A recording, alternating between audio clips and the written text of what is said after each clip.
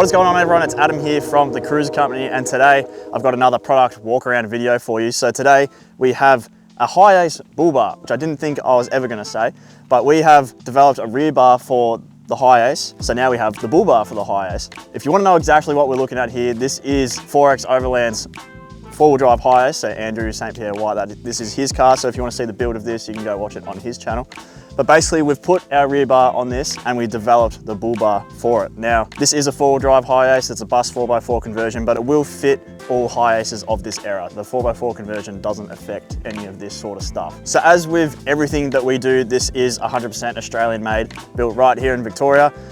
Everything we do is Australian made out of quality materials, and it's just going to be a super solid product. And we're going to go in depth of everything to do with this bull bar. If you are thinking of getting one of these, you can see everything about it. First of all, let's just talk about the design of this thing. So the Hiace itself, a little bit of an awkward car to build a bull bar for. It's got some very interesting proportions, interesting headlight locations, interesting mounting. It's just all a little bit different because this is a unibody car. There's no chassis rails sticking out, but also this light here, that is actually the headlight. So that has to stay there. That's the factory headlight, which means we can't cover any of this area sort of up. So it makes it a very awkward proportions, I suppose, to make something that looks good. I think that the team has done a killer job with this. It makes a Hiace look like a four-wheel drive, looks like a tourer now. This is a winch compatible bar, so you can put a low mount in there, which is one of the main reasons that you buy a bull bar. The other one is obviously for protection from hits and things like kangaroos and stuff like that. The other thing that's a bit awkward with the way that the Hiace is designed is the way the bonnet opens. It's got a very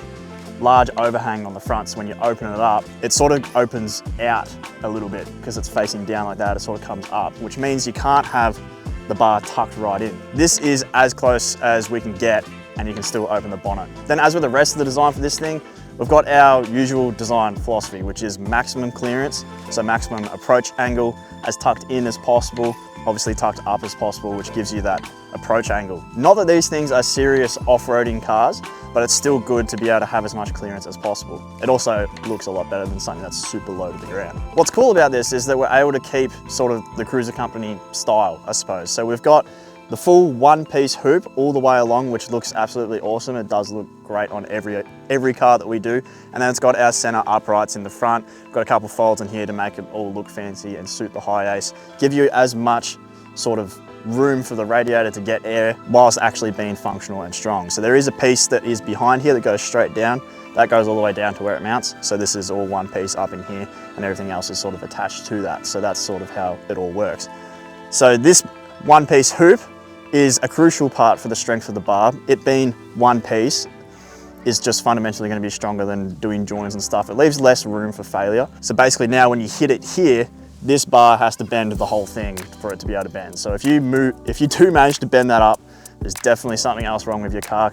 You've probably written it off at that stage. Either way, it's going to be very strong. This is fat tube, so this is 60.3 mil thick in diameter. And then the most important thing is the thickness of the wall, so how thick the actual steel is. It's got a 3.9 mil thick wall. Now that is a very thick wall for a piece of tube. Making this tube just incredibly strong, it really adds a whole lot of rigidity to the bar. It really is a key factor to making a bar strong, because if you don't have sort of this brace here, if you hit the wing, it has nothing to hold it against it, so it's going to bend up. Well, it's more likely to bend up if there wasn't a hoop there. Another thing with the hoop on the Hiace bar, you can probably tell from the camera, but the headlight here is super high and goes all the way back.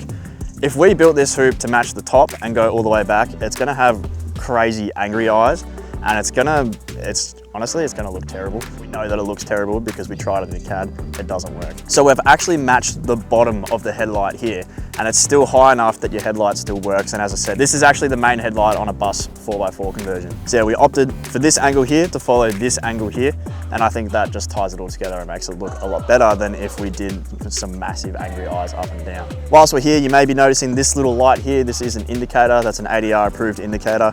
I don't think technically we actually needed to do it on this, but it's always good practice to have one in the face of the bar, because when it comes to rules and regulations, a lot of the time, whenever there is a hoop around the headlight area, you need to have an indicator in front of that hoop. All the sensors work as per factory on this, so you've got those two and you've got your radar in the middle.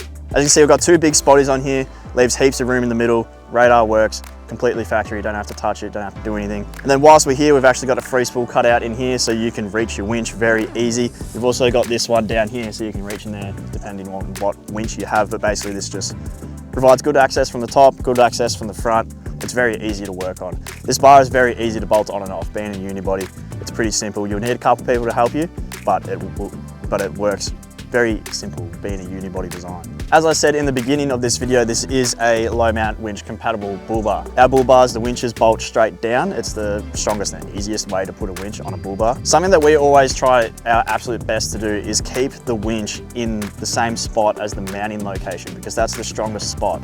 If your bar's mounted here and your winch is here, when you're winching, it's gonna wanna do this. Obviously there's a lot of pressure on a winch when you are winching.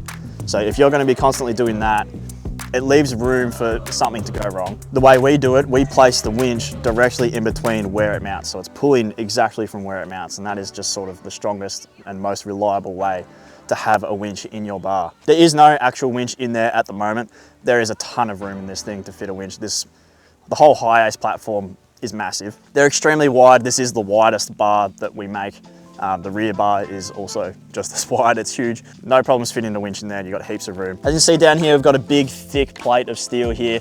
That is just to protect sort of some cooling that's behind there. By doing that, it allows the whole design of the bar to be a lot higher than what it would be if we were to bring it all the way down here. The thickness of that steel is definitely sufficient to be able to protect all of that. So when it comes to powder coat, as I said at the start, we do everything in-house. So the whole powder coating process is done in-house.